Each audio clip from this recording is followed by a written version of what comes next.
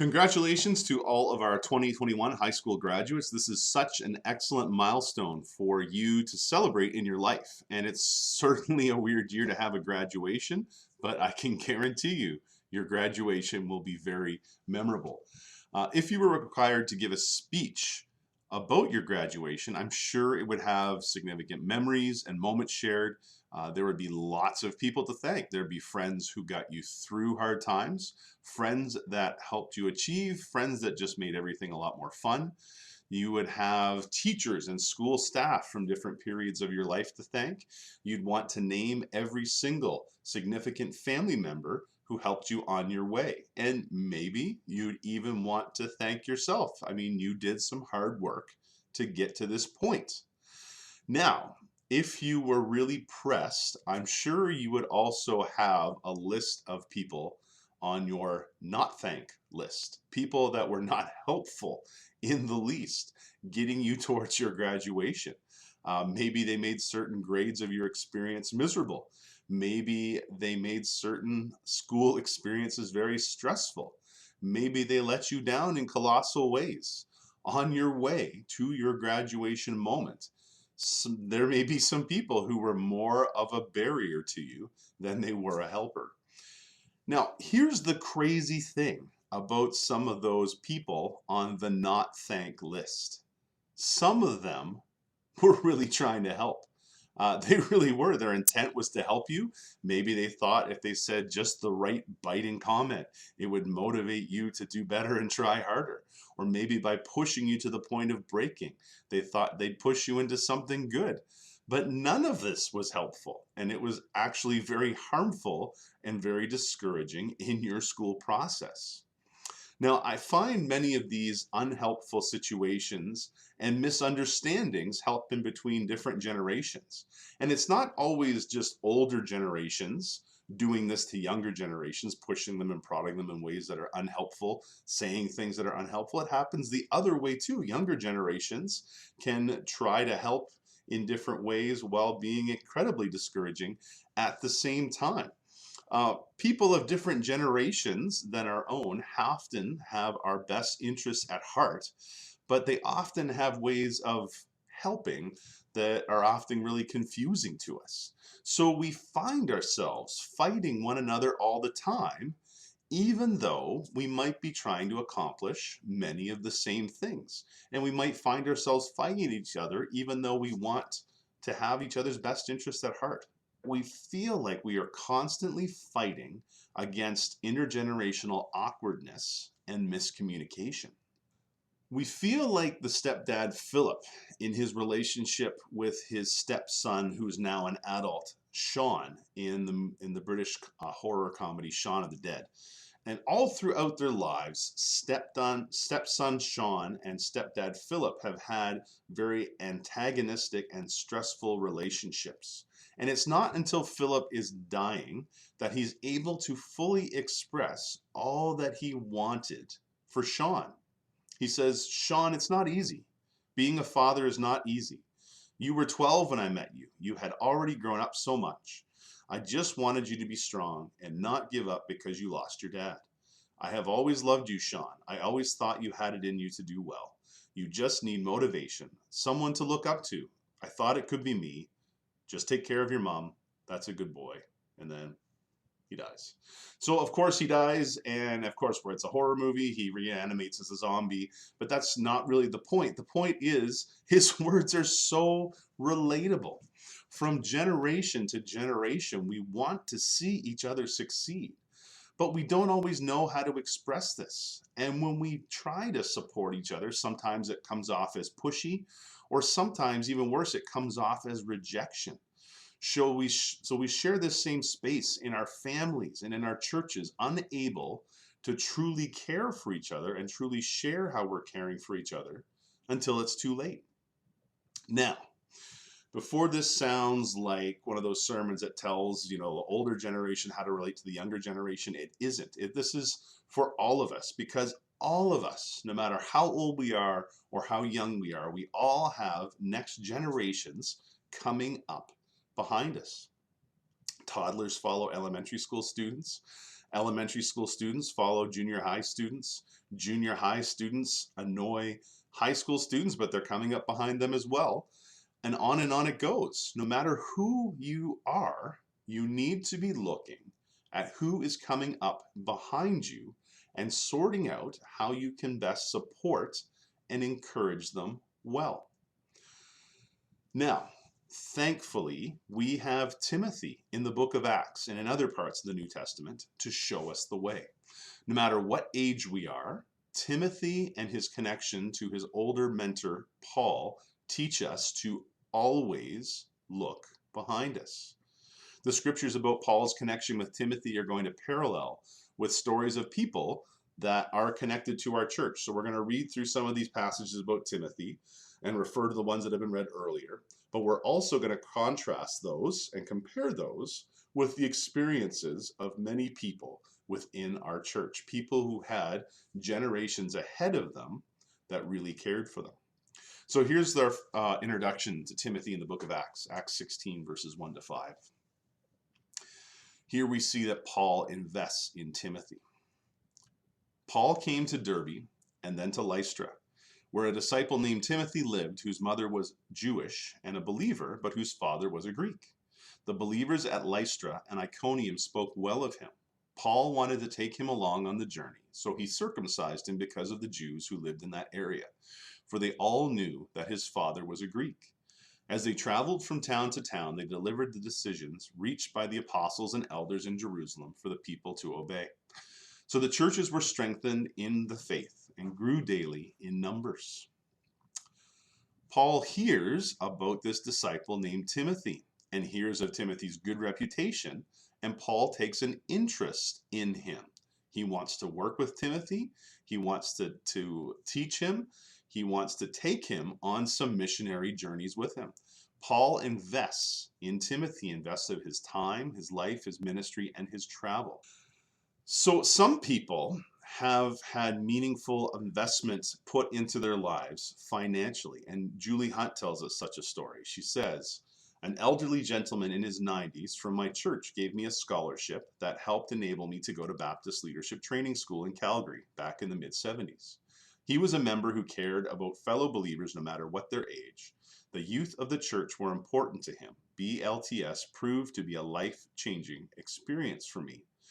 So this gentleman invests financially in the next generation, and notice that the giving was an active investment. He knew Julie. He wanted to invest specifically in her. He knew her well, knew her potential, and invested accordingly.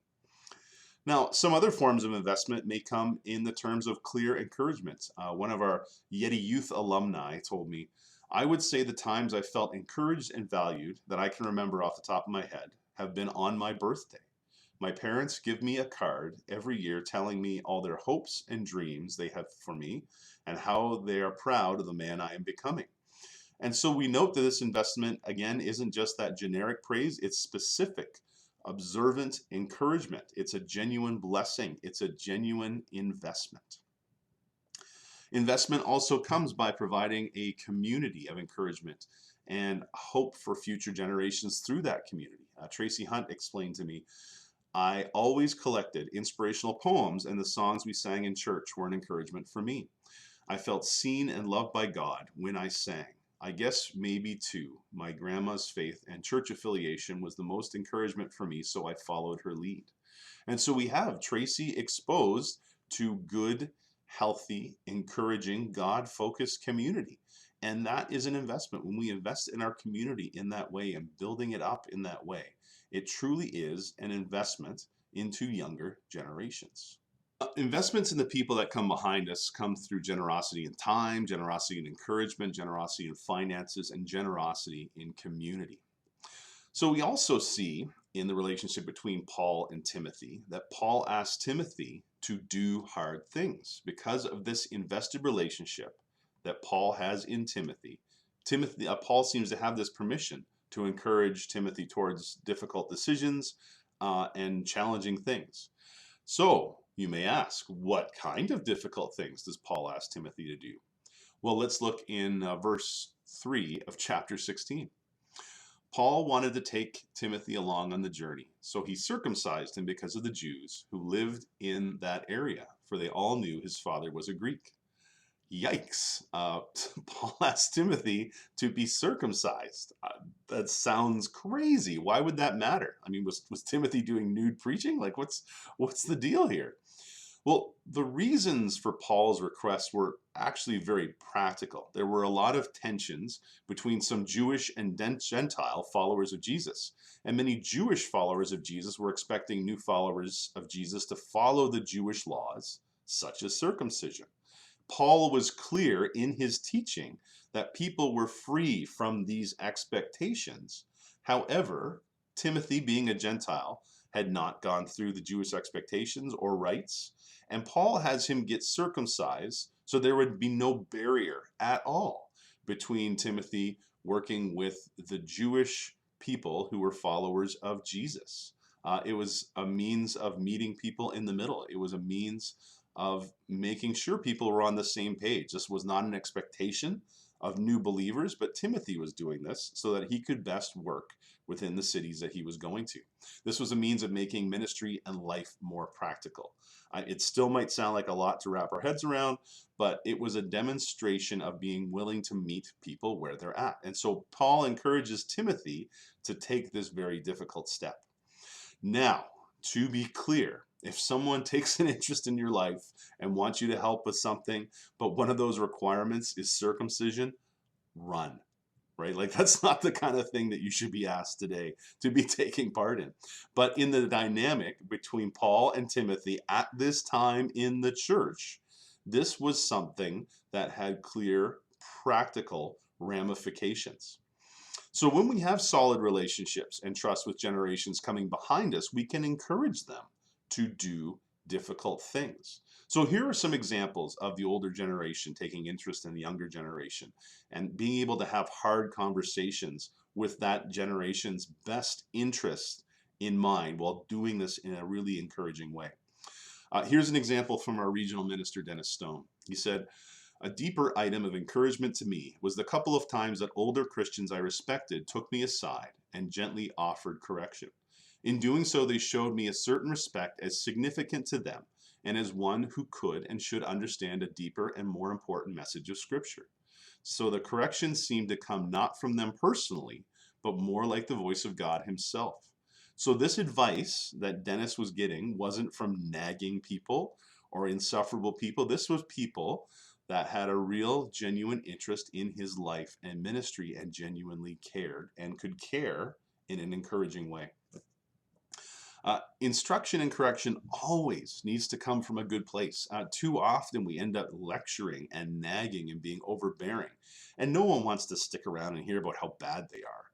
But instead, there are far better ways to teach, and Dana Carapita experienced this kind of instruction and teaching and encouragement when he worked at camp. He says, "I was at camp, age 19 or 20, and a cabin leader for a bunch of incredibly challenging young boys. I remember walking down the path feeling sorry for myself, and I said to an older cabin leader, he was a chaplain on the armed forces, that no one would want my cabin. To which he replied, I would. He said that God is obviously preparing you for something greater, and whatever it is will be pretty amazing." So Dana's able to share honestly where he's at, and the other cabin leader is able to put a new perspective on this and teach Dana in that way. The words of observations of an older believer can help us to make good decisions. They help us choose things that may not have been our first choice, but in the long run may be the best thing for us. So here's Faye's story. She says, "I didn't love school, and nearing the end of high school and thinking about a career, I wanted the least schooling possible, so had decided to be a lab technician. That summer, the church hired me for their summer worker, and at the end of it, I had 3 individual women from the church tell me that I needed to go into education and work with children. I applied for both and told God that I would do whichever program I was accepted into first, and it turned out to be education.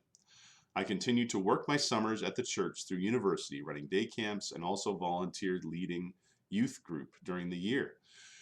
Our church was later hiring their first youth pastor, and my senior pastor told me that if I had theological training, he would love to hire me. So after 3 years of teaching elementary school, I decided to go to seminary and ended up in ministry.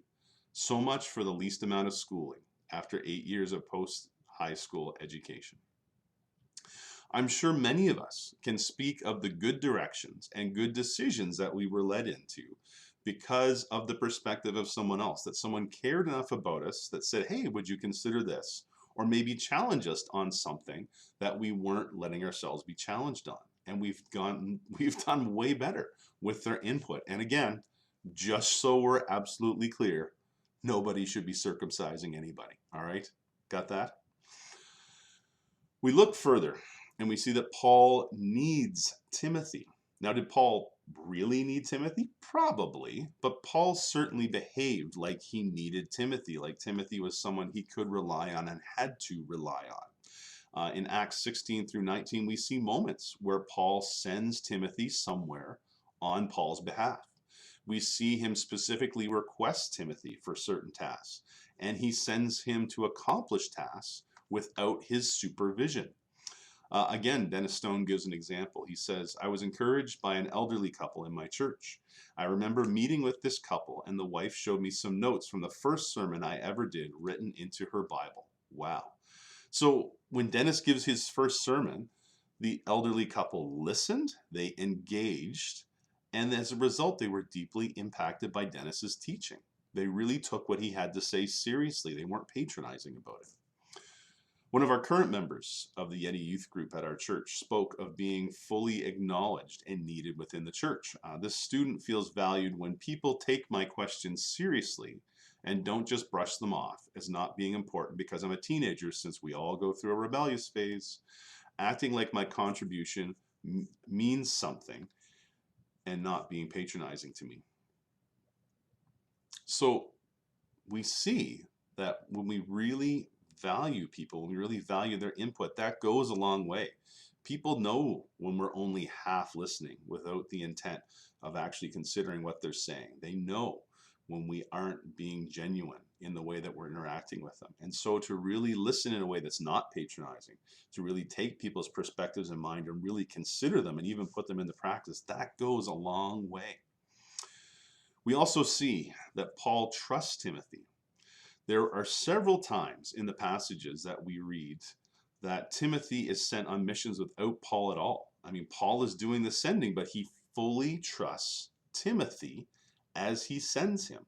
And this is something that can be very hard for us to do. We have a hard time of releasing the things that we value to the generations coming up behind us, but we absolutely need to do this.